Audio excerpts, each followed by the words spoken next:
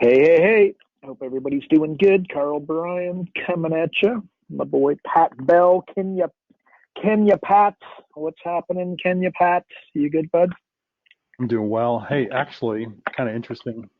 You would not know this about Kenya, but I went out house hunting on Saturday. It was Well, totally exhausting. We went out to see like 6 homes, and they're all so freaking expensive.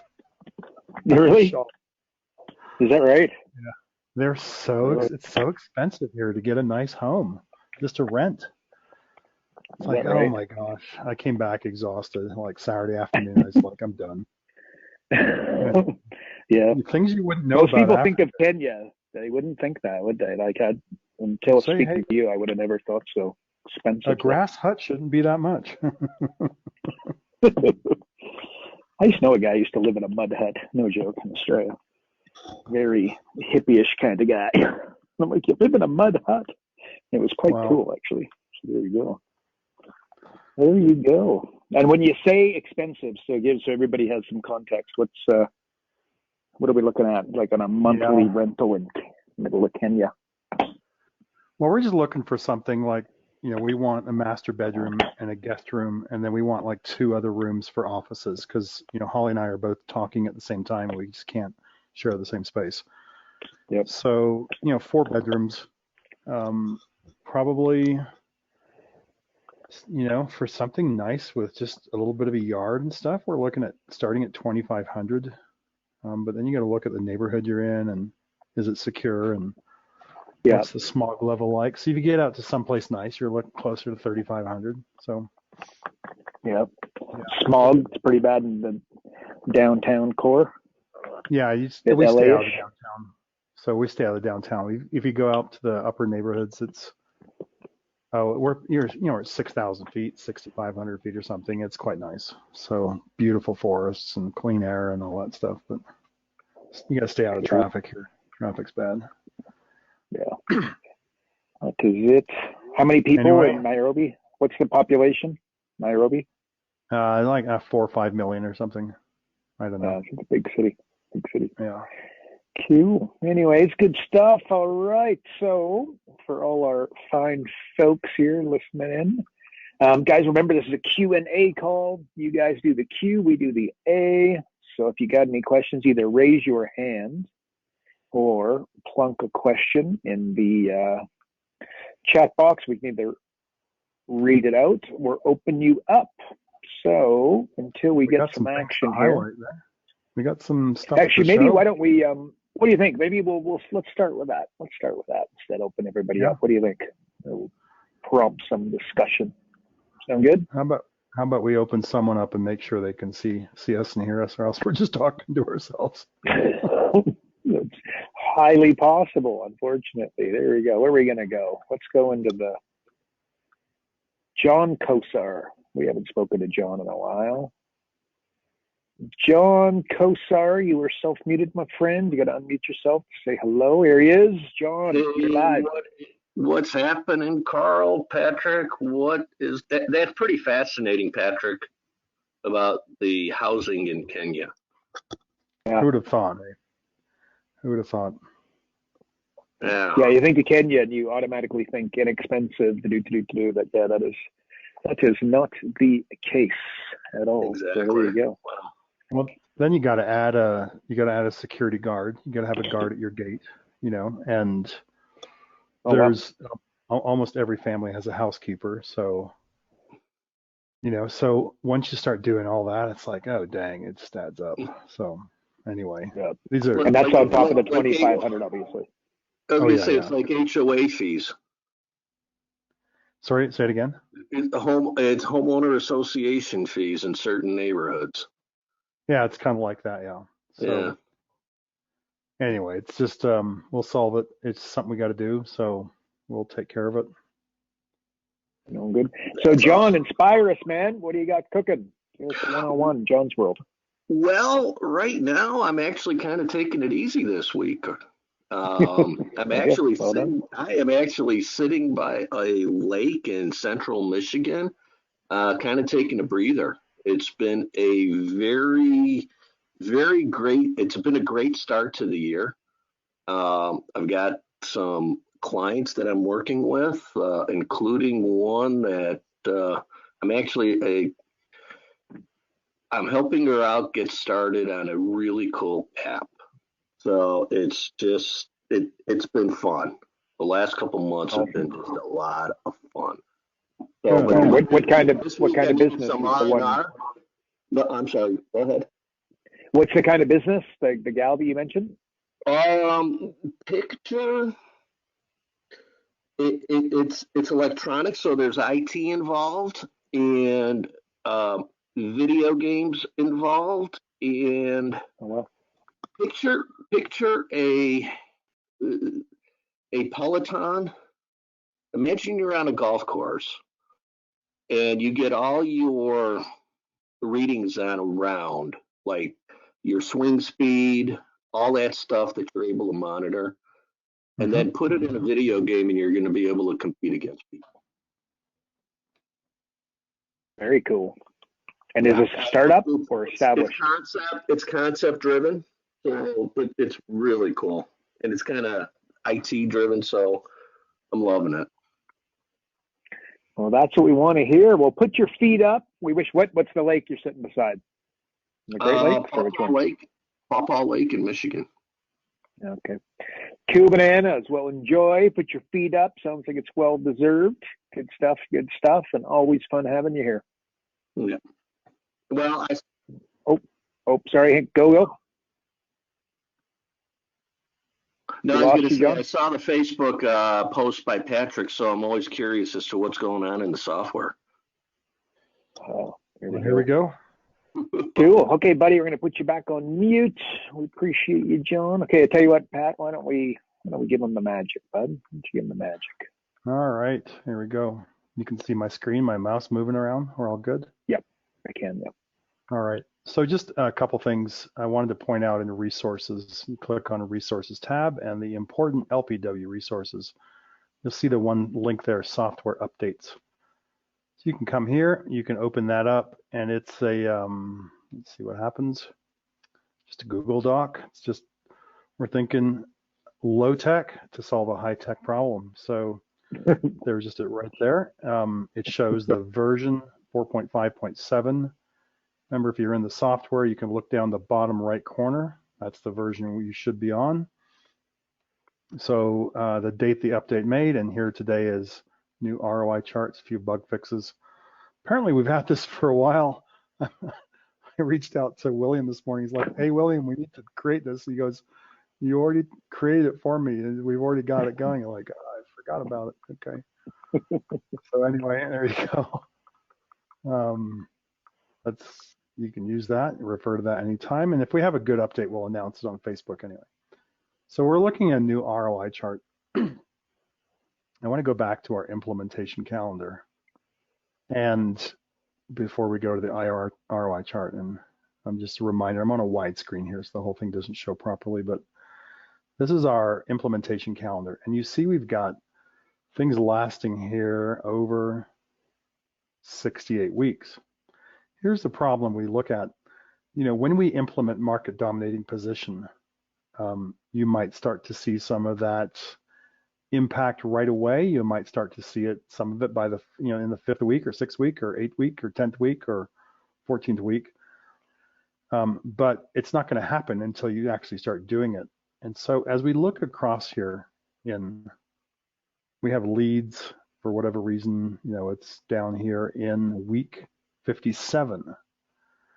And the week 52 is our first year. That includes everything up to additional products and services. And then cut costs, leads, and upsell happen basically in year 2. So we started looking at our ROI chart, and originally we said under the ROI, we had a 1-year return on investment. And we'd say, okay, here's how much you're going to make, and here's what it's going to cost you. So as you can notice here, we've done something already. We've broken this up. We've changed some colors. So before, we used to have 200,000, and we'd have 441,508, and that's easy math if you've got an easy first number. But if you've got, whatever, 204,321, you now suddenly can't do your math in your head very quickly what that increase is. So we've just highlighted it for you right away, and we've made these colors the nice colors of the success questionnaire. So down here in the middle one, we had 2 bar charts. One was the current revenue and profit, and then it was the year one, and they were stacked on top of each other. We had a few complaints to say, let's, for example, if the revenue was $1 million, we stack the profit on the end, so it's 1.2.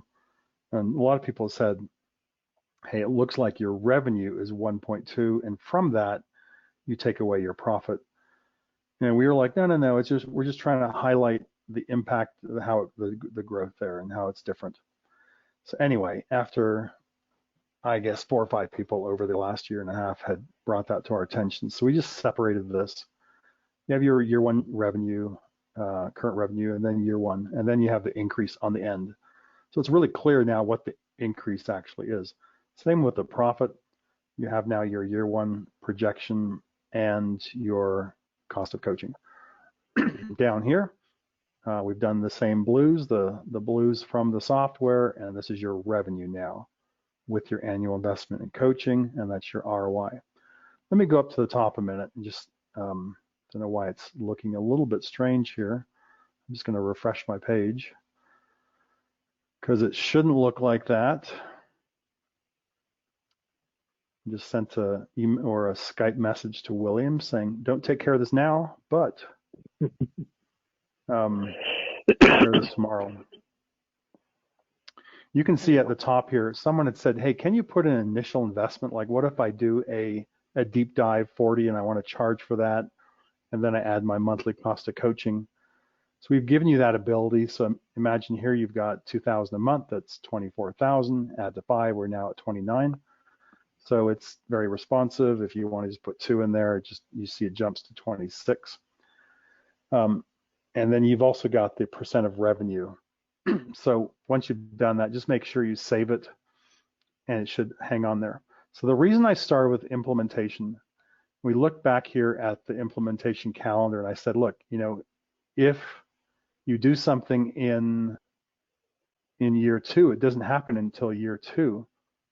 So as we look at the ROI charts, we started thinking, okay, what's more accurate?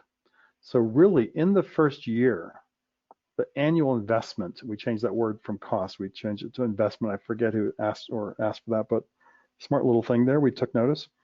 So the annual investment in coaching is 26,000, but that's year 1.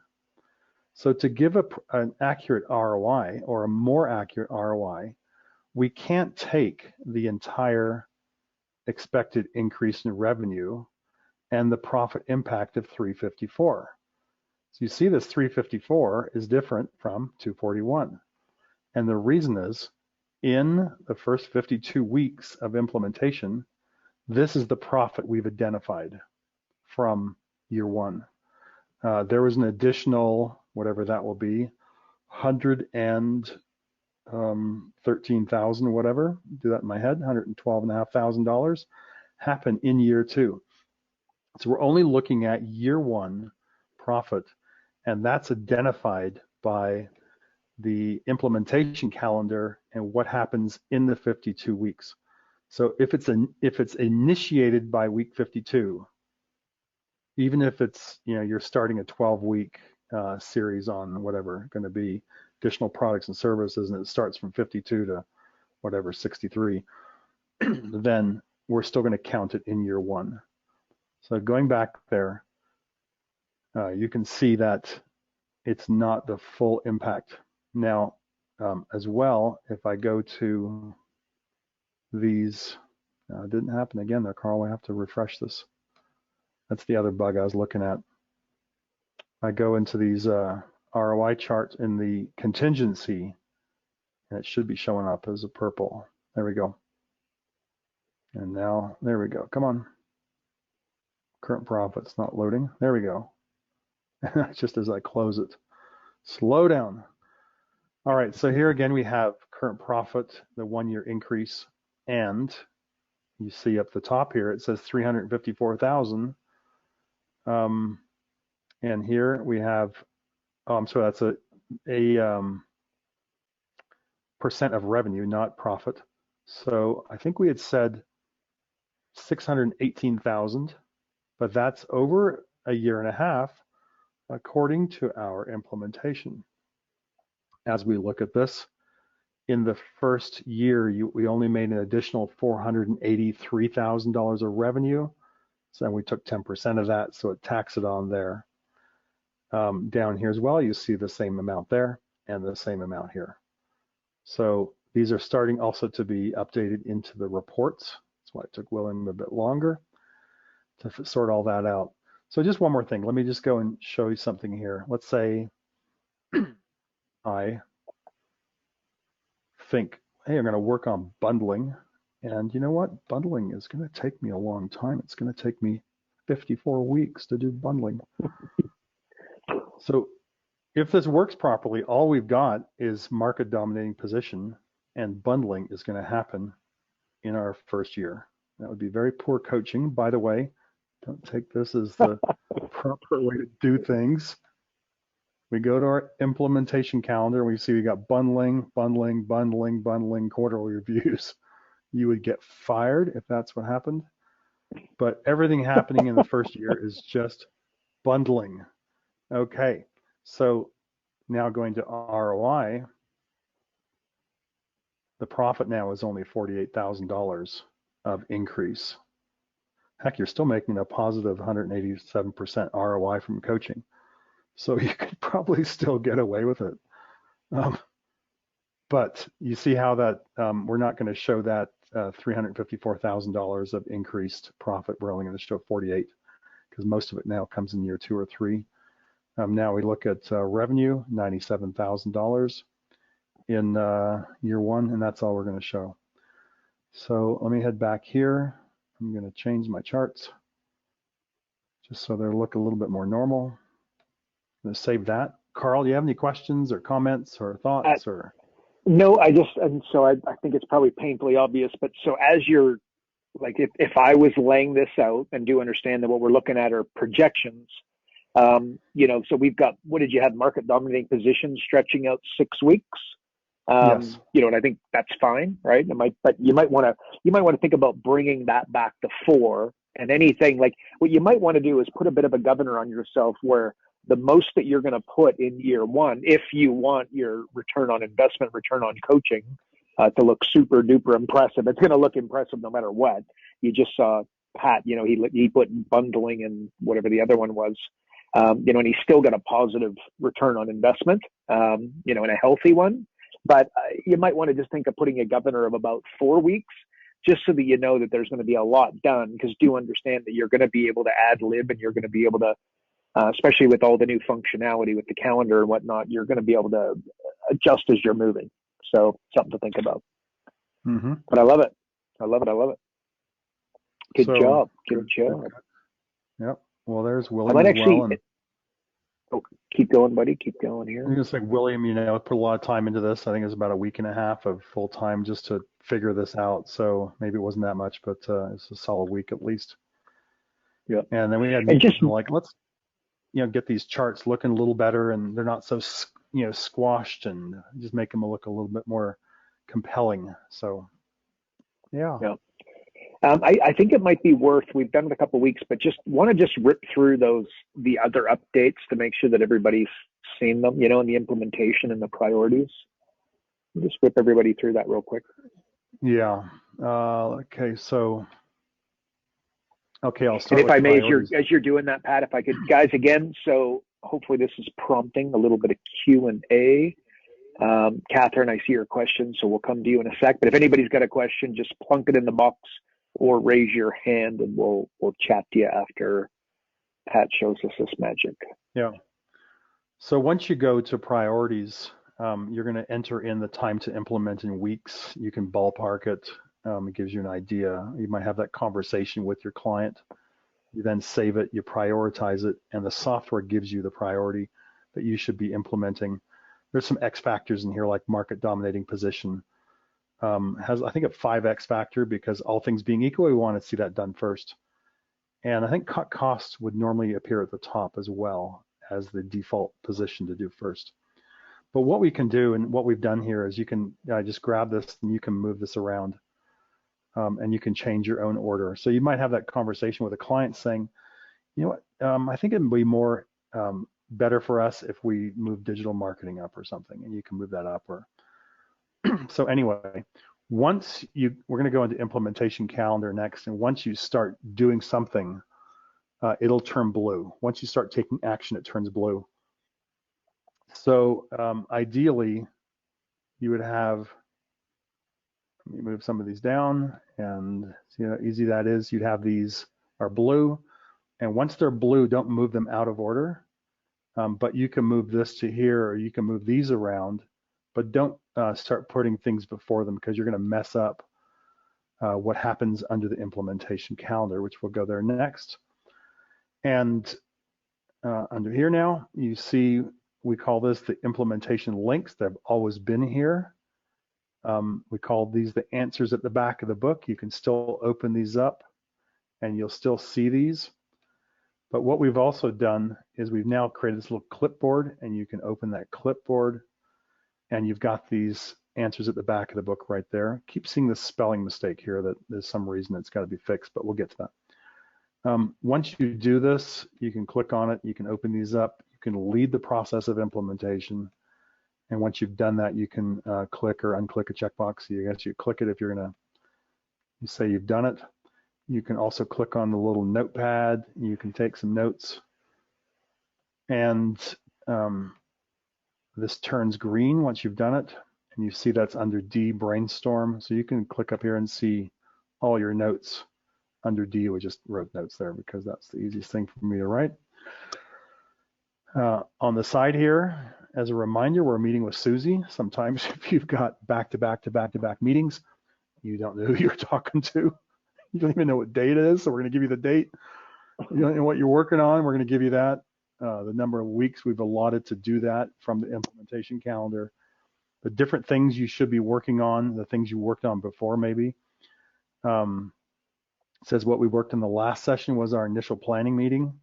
So now as we work on this, we can add another thing we're doing here, or we can also delete these, clicking the X. We can talk about biggest wins. We can add another. Biggest challenges. We're going to be doing some more add anothers down here under revenue and leads, so we can track the progress there.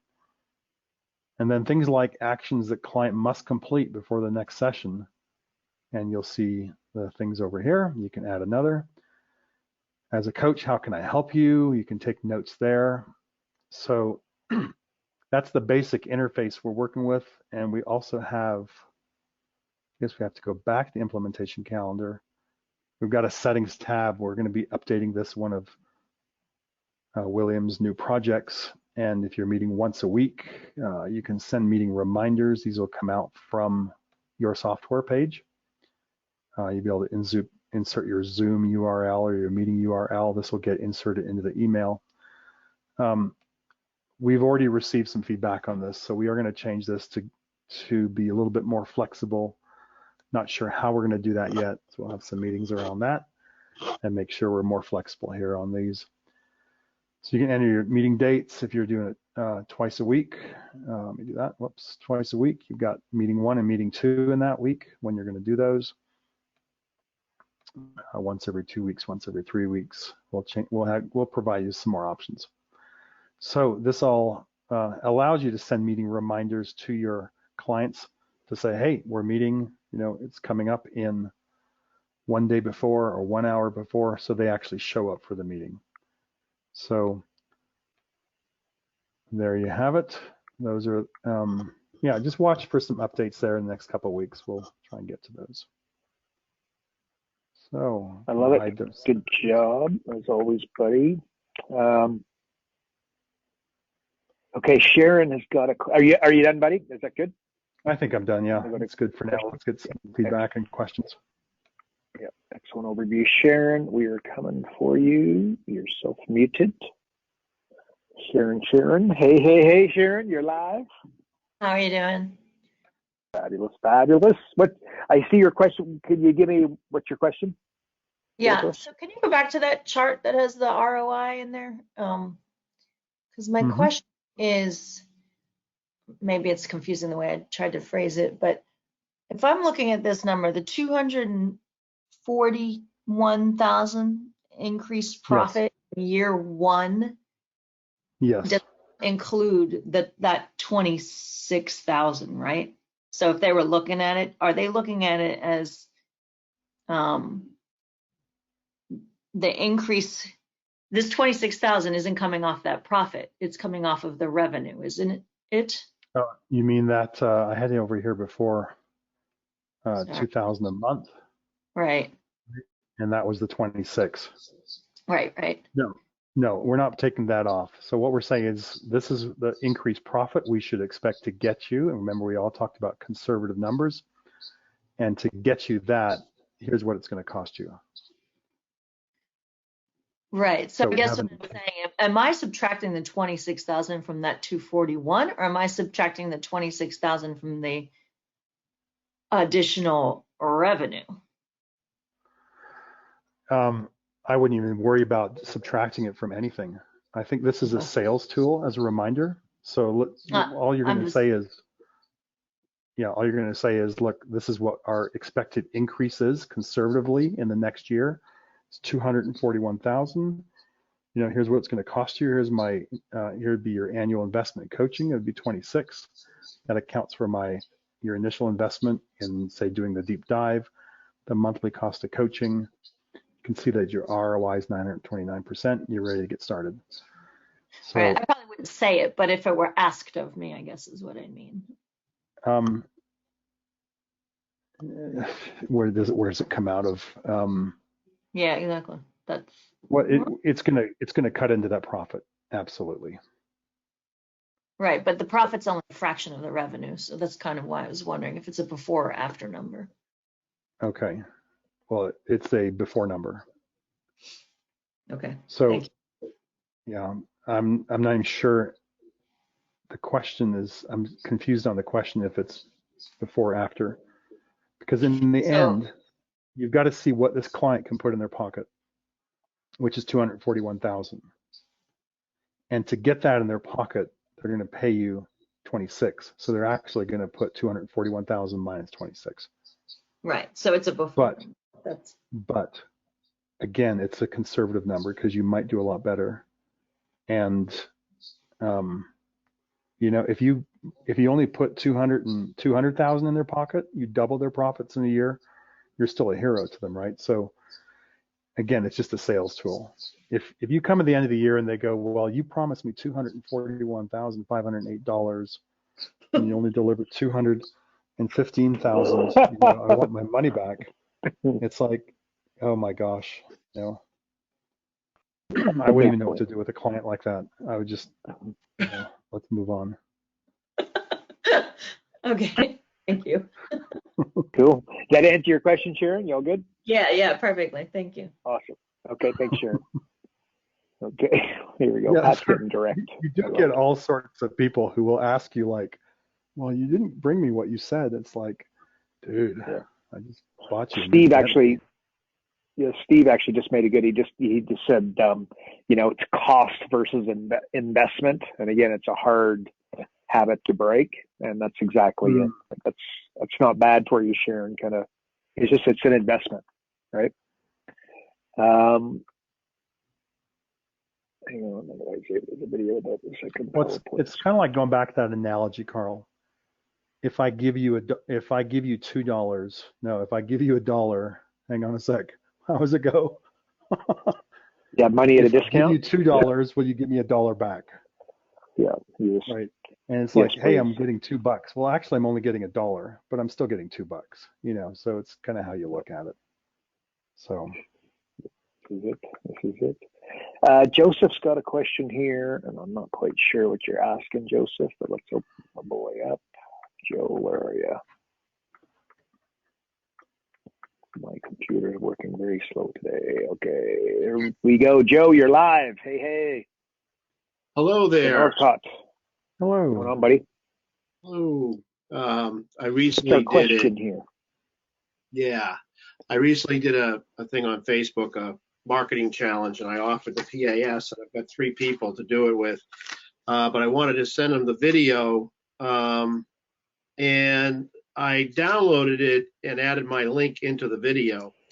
But when I go to display it, I get the screen with the video on it from the PowerPoint, but I also get a second screen that has the speakers information in it. Is there a way to do this thing where you can just have it display only the presentation and not a second presenter's screen? Pat, do you know what we're talking about here? No, sorry, I'm not following. Is that /promo? Where are you finding this video? Where is this video? Okay, well, I went up on the resources, and I got a copy of the PowerPoint because you can download it. And the PowerPoint is set up with, it's got the audio already built into it. So all I did was go to the last screen and add a link for them to set up a time with me. And I saved it. When I save it, it plays through perfectly, shows the link. You can touch it with your mouse. But the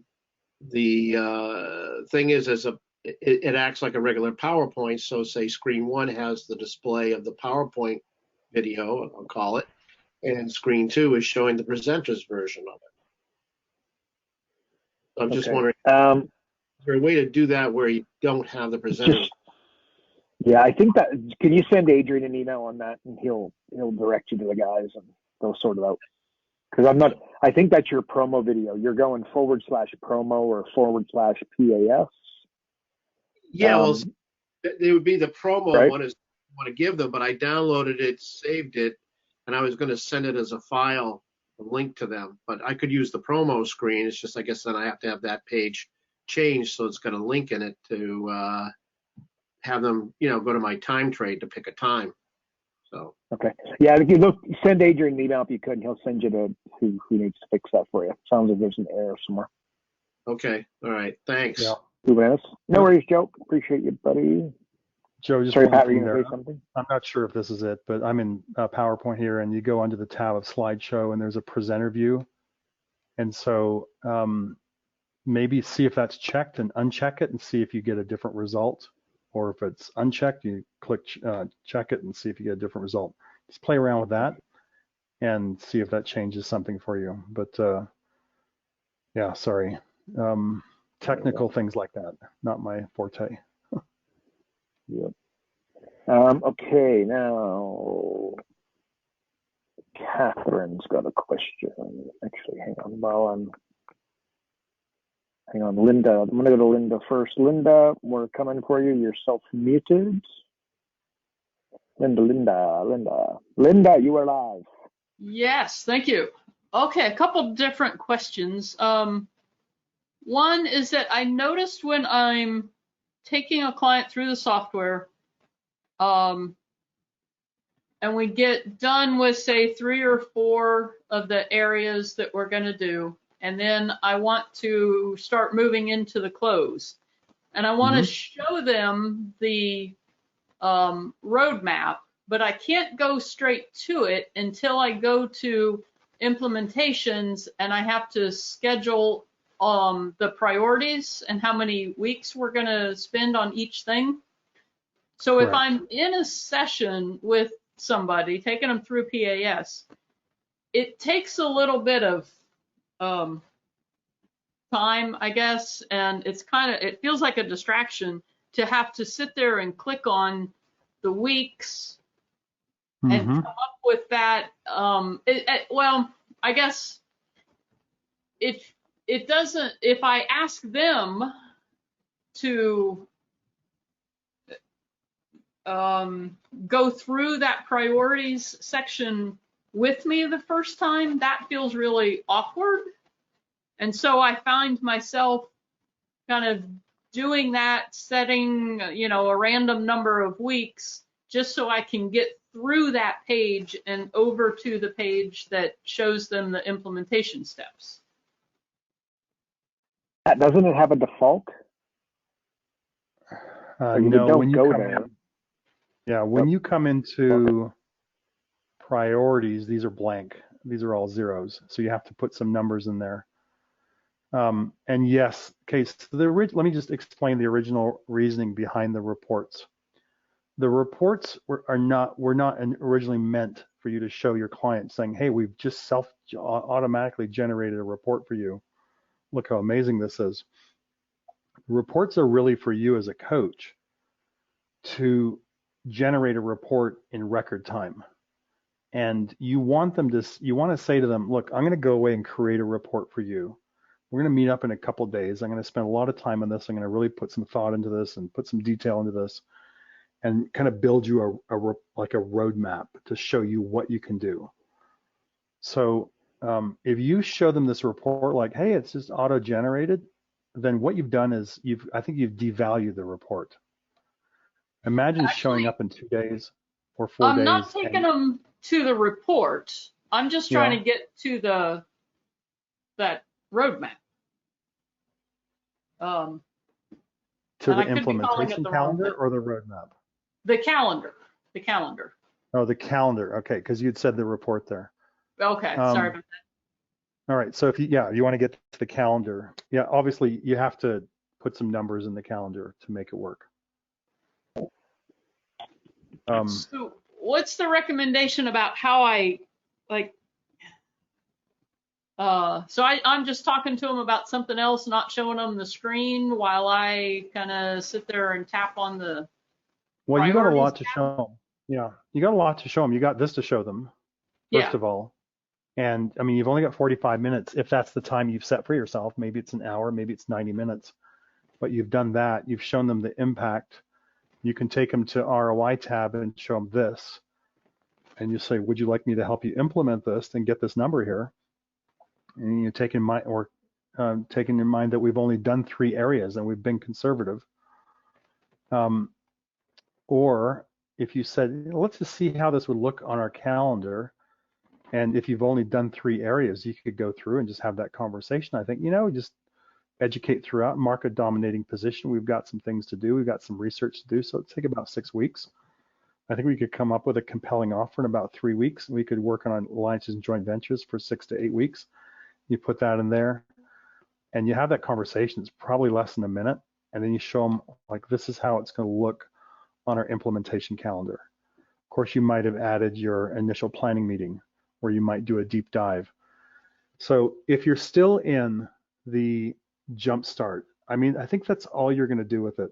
And then you're going to show how it goes across an implementation calendar and really how cool this is. You're not going to show them any of these links and how you've already got the answers at the back of the book. This is for you. This is to make you look like a genius. They don't have to know any of this stuff. They just see that, hey, there's a timeline to things.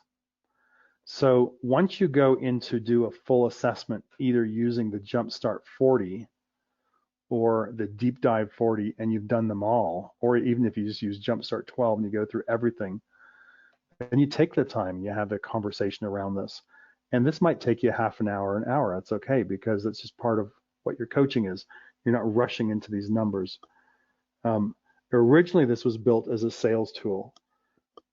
And I think as it's evolving, it's become more of a key coaching tool.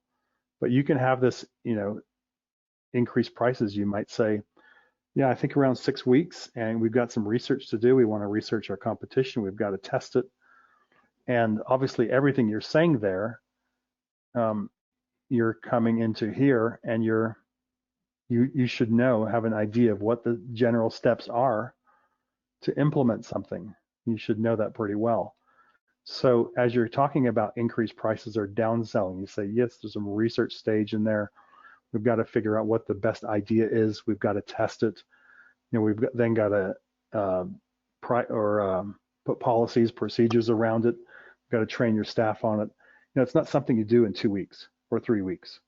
Or if you're coaching them to do it, it's not something they can do in 2 or 3 weeks, and they're certainly not going to do it well. So that's why you're I'd say put 6 weeks maybe as really no less than 4 unless it's something easier. But 4, 5, 6 weeks, 8 weeks, 12 weeks. That'd probably be a good question to go to the group. How long does it actually take to implement? Like, can you implement a digital marketing campaign in 8 weeks? I don't know. Especially for small business owners who are busy. That might be hard. So, Linda, does that help? Okay, yeah, I think I maybe just will stop going to the implementation page and showing them the calendar. Or if I decide to go there, I just need to click through priorities and put some times in there. Yep. I might just, Pat, so I would answer that just the same, but I would probably just take a slightly different approach where, like, I'd be done, and then I would just, the same way that Pat and I, like, Pat's just ripping you through the software and showing you some of the functionality and moving stuff around, like, that's going to really impress your client, right? So I'd say, as an example, so when we're working together, if there's something that we both agree needs to be, moved up in priority, here's what I'm going to do. And then I would be on priorities right where we are, and I would move something up and down to say, this is the way we're going to do it. And then I would move to implementation and say, as we're working together, could you just hit implementation for me, please, Pat? So I'm here and say again, so we're going to outline everything, the number of weeks that it's going to take, including our quarterly reviews and our initial planning meeting, which is where, like, in the initial planning meeting, this is where I would be establishing those priorities, to be clear. But I'm still in sales mode here, Linda, right? So I just showing them this, and then I would be skedaddle, and then I would show them reports. I'd click that, and I'd say, have a look at this. We're going to be able to, this report is automatically, this is, as we adjust the priorities and whatnot, the report that we're both working off of is also going to reprioritize. I'd hit that, and then I'd move over to ROI, and I'd close them. So, and all I've really done is I've just gone from left to right.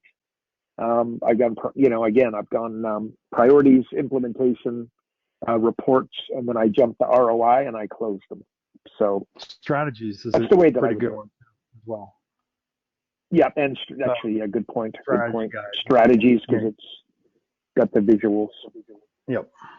So, Linda, does that help? It might be a little bit behind, and understanding that the way Pat would do it and then the way I would do it, fundamentally the same, but some just little nuances. And I would encourage everybody just to explore it a little bit to find, what's your mojo. But conceptually speaking, that's what I'd be doing. We're going through the priorities on the left where you went market dominating position, leads, alliances and joint ventures, and then digital marketing.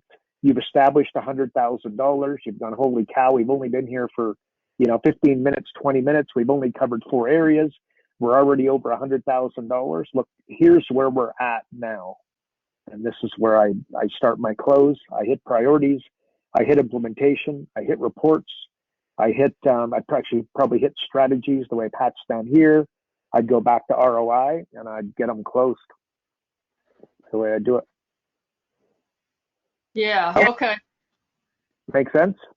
Okay. One other thing that I noticed is now that the implementation is changed from months to weeks, I've noticed that when I go to reports, if I have, say, 6 weeks of market dominating position in the report, if I switch that over to roadmap, so instead of view report, if you go to view roadmap, the thing that was 6 weeks now says 6 months. Oh, really? Where is that? Oh, here? Yeah, right there. Okay. Thank you for pointing that out. There you go. And then I think the end of that sentence where it says the course of 12 months, there was also on one of my reports that wasn't turning out right because I had 2 years worth of a timeline in there, but the report is saying we're going to do this in 12 months. All right. Thank you for that. Project for William. There we go. Thank you. It's all good. Real. It's all good. Cool. Linda, fabulous thank you. feedback. Fabulous. I love it. Anything else? Thank you very much. Okay, no, I think that's it. Other comment is just, I've been working with Holly on practicing the PAS presentation, and just want to encourage everybody to do that, because it's just a really good experience to do it. So wonderful. Good job, Linda. We appreciate you, buddy. Good stuff. Okay, gonna put her back on mute, and I agree 100%, guys. If you haven't booked in for role playing with Holly or Wally as well, make sure you do. Catherine, we are coming for you. Catherine's got a question. Yeah, I got just a There couple she of is. real remedial Hey. questions. I had to step off because I had to change my computer, but when I came back on a few minutes after the top of the hour, it was a guy talking about a video, and he's using that for marketing purposes. And I was curious, is it the Everything is Wrong video? Does anybody know? It's a couple videos for the software, which I believe if you go to your e-learning system and then you go /promo, PROMO, you should be looking at it. Okay, Try so that for me. /promo. Oh, thanks. E-learning center. Okay, and then I just haven't done these demos enough. But what's the difference in the Jumpstart 12 versus the Jumpstart 40? And then you referenced the deep dive a couple times. I think the deep dive would be like an initial session, but when I go, I see opposite there. Yeah, the opposite. Okay, Yeah, so Pat, let me can you explain. sure? Yep. So what I just did there, you can click on New Assessment here or New Assessment here, and you select a company that you've already created in a module set. Yeah. So we've got the 3 module sets that you would have. These are some extra that no one else has, and then some digital that you can also purchase separately. But the Jumpstart 12 to close a sale. It's just these 12 areas. The Jumpstart 40, you can use it to close a sale, or you can perform a faster full assessment. Okay. And the Deep Dive 40 to perform a full assessment. To be clear, this Deep Dive 40 will take you many hours to do. Yes. And the bigger the company, the longer it takes. Yes. To get through 3 areas in a Jumpstart 12 will take you 45 minutes. Okay. If you're trained on it. Yeah. Okay. If you do all 12, it's going to take you a couple hours. Okay. To do all the areas of a Jumpstart 40 might take you 4 hours. Okay. This is good. And so we really only want to do like 3 areas of the Jumpstart 12 in our sales presentation, right? That's all you need to do, yeah. Yes. So what you're trying to do there is the goal is to get to this point where you found maybe 3 areas of impact and you found enough so that when you get to the ROI tab, that you have a positive ROI here. Right. And I'd say at least 200%, at least 200. The higher you can make it, the better off. Yes. So, I kind of overhear when Holly trains with people in the role play, and I hear this a lot actually. And they'll say something like, "So if I did this, if you did this, what kind of impact would that have on your business?" Great question. And Holly's like, she plays like really easy. She's like, "Oh, I don't know, 50% or 20, 30%. What do you think?" And the person goes, "Well, let's just take 5. And if you're listening there, and if that's you, I really encourage you not to do that. I would first start to say, well, you might get 30 or 50%, but if you were really conservative, what would you get? And then she'll give you a couple conservative numbers. Well, easily 10 or 20%. Whatever the lowest number is, that's the number you take. So if she says 10 or 20%, you say, let's take 10. Let's take the lower one. But don't just jump to a number that she doesn't give you. Okay, I hear that. I hear it so often. She'll say, oh, 10 or 20%. Someone says, well, let's just take 5. And for me, that always it's like nails on the chalkboard. It's like, oh my goodness, I think you've just disrespected the client there who's given you something, and you're not even going to take her word for it. So you want to beat them down. You want to keep it down 10% or so, but at least take the lower number of what they ask, and try and help them understand it's a conservative number. Let's be conservative. Better to under promise and over deliver, whatever you want to say. But then if they say 10 or 20%, take the 10. If they say 5 or 10%, don't say, well, let's take 2. Just say, okay, we'll take the lower number. Let's take 5. That's good. I think it's a little better practice there. Now, who is Holly, and how can I get on her calendar to practice? Let's see. /role play. So there we go. No results -nofee.com /role play. And you can go there, and great. Right now, 3 calls. There's easy, medium, and difficult. Great. Just 197 for that. The first call it's supposed to be 45 minutes, but it's usually the first one's about an hour, because a lot of coaches come on, they don't know how to share a screen in Zoom. They're looking up in the air, they're doing something funny, and she just helps you be really professional, and it just gets better and better and better. And actually, we just added this link here as well. Here's Holly coaching Billy Dixon on his first role play call. I don't know if it's the first one or the second one or whatever, but one of Billy's first. And we got Billy's permission to post that. I tell you, I heard this role play going on, and I'd like, okay, I'm working upstairs, and I'm like, okay, I've got to see who is Holly talking to, because this is really, really good. Billy, I don't know if Billy's on here, but we'll give him a shout out anyway if he's not. He's not there, but anyway, it's like, wow, this guy is good, and he's not even coaching full time. I think he's still working up towards it. So that's a great example of a great role play and how someone's doing it really well, and the tonality, everything was really good about it. So good. Thank you so much. Yeah. Awesome, Catherine. Thanks. Appreciate you, buddy. We're going to put you back on mute. Okay, Jeremy's got a question. Oh, there you go. Jeremy, we're coming for you. You're self-muted. Hey, I have For a years, question. Jeremy. You're How are not. you? Thank you. What if you're working with multiple franchises? Now, obviously, a deep dive and things like that would take multiple hours, especially if they have 4 or 5 or 2 or 3. What's the best way to handle that? Yeah. What's the niche? Because maybe for everybody listening, so, if I may, Jeremy, just with franchises, they've got some hallways that they need to stay between for the simple reason that they've got a franchisor, and not every idea that you come up with are they going to be able to implement. So that's why he's asking. So Jeremy, what kind of franchises are you working with? These franchises are fitness and real estate.